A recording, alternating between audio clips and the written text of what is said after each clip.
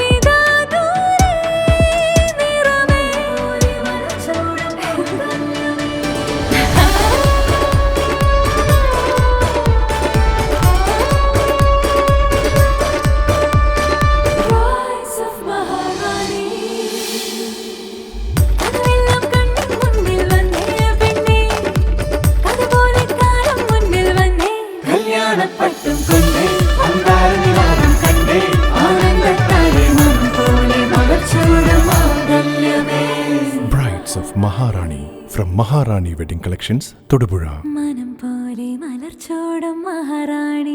Every bride is a Maharani.